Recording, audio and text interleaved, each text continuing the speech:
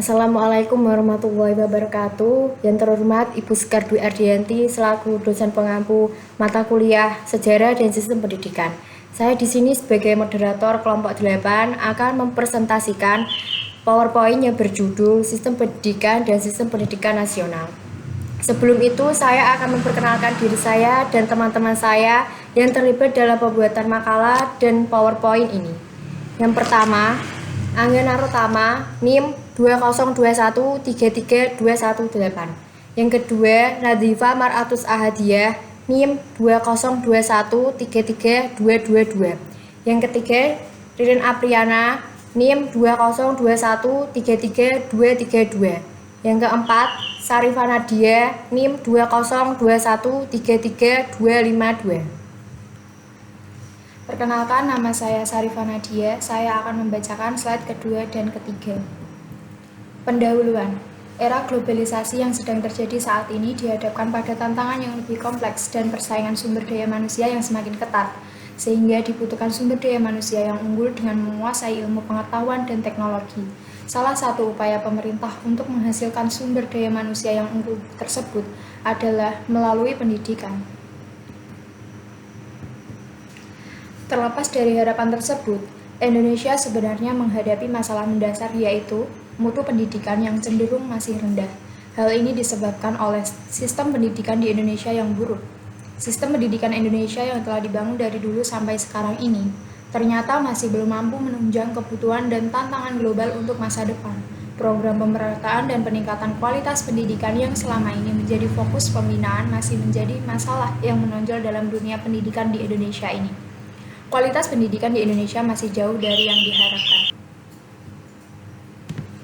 Perkenalkan, nama saya Nazifa Maratus Ahadiah. Saya akan membacakan slide selanjutnya, yaitu keempat dan kelima, yang berisi pengertian sistem dan sistem pendidikan. Yang pertama, sistem. Sistem sendiri adalah sehimpunan bagian atau komponen yang saling berhubungan secara teratur dan merupakan suatu keseluruhan. Sistem merupakan suatu kesatuan yang terdiri atas komponen-komponen atau sumber-sumber yang mempunyai hubungan fungsional yang teratur, tidak sekedar acak, saling membantu untuk mencapai suatu hasil. Yang kedua, sistem pendidikan. Sistem pendidikan sendiri adalah jumlah keseluruhan dari bagian-bagiannya yang saling bekerja sama untuk mencapai hasil yang diharapkan, berdasarkan atas kebutuhan yang telah ditentukan. Setiap sistem mempunyai tujuan, dan semua kegiatan dari semua komponen atau bagian-bagiannya adalah diarahkan untuk tercapainya tujuan tersebut. Karena itu, proses pendidikan merupakan sebuah sistem yang disebut sebagai sistem pendidikan. Selanjutnya, pengertian sistem pendidikan nasional. Sistem pendidikan nasional Indonesia disusun berdasarkan pada filsafat Pancasila, kebudayaan bangsa Indonesia, dan berdasarkan pada Pancasila dan Undang-Undang Dasar 1945 sebagai nilai-nilai hidup bangsa Indonesia. Dalam Undang-Undang RI Nomor 2 Tahun 2003 tentang Sistem Pendidikan Nasional dikatakan bahwa sistem pendidikan nasional adalah keseluruhan komponen pendidikan yang saling terkait secara terpadu untuk mencapai tujuan pendidikan nasional.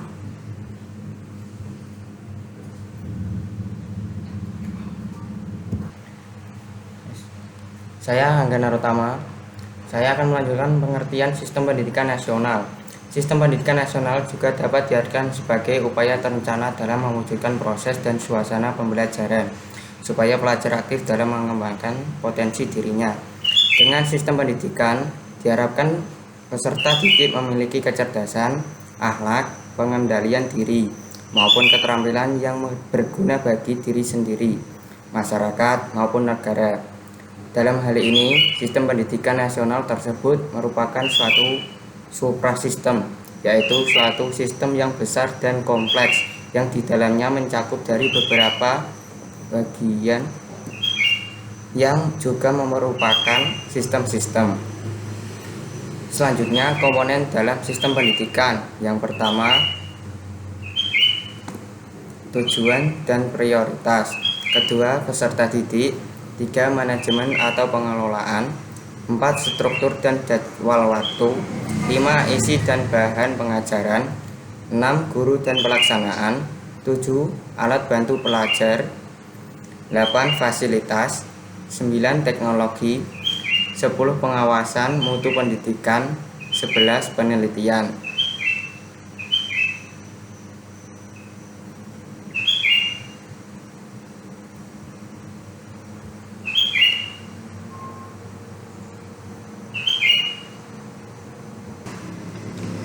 Selanjutnya, saya Rin Apriana akan membacakan fungsi dan tujuan sistem pendidikan nasional.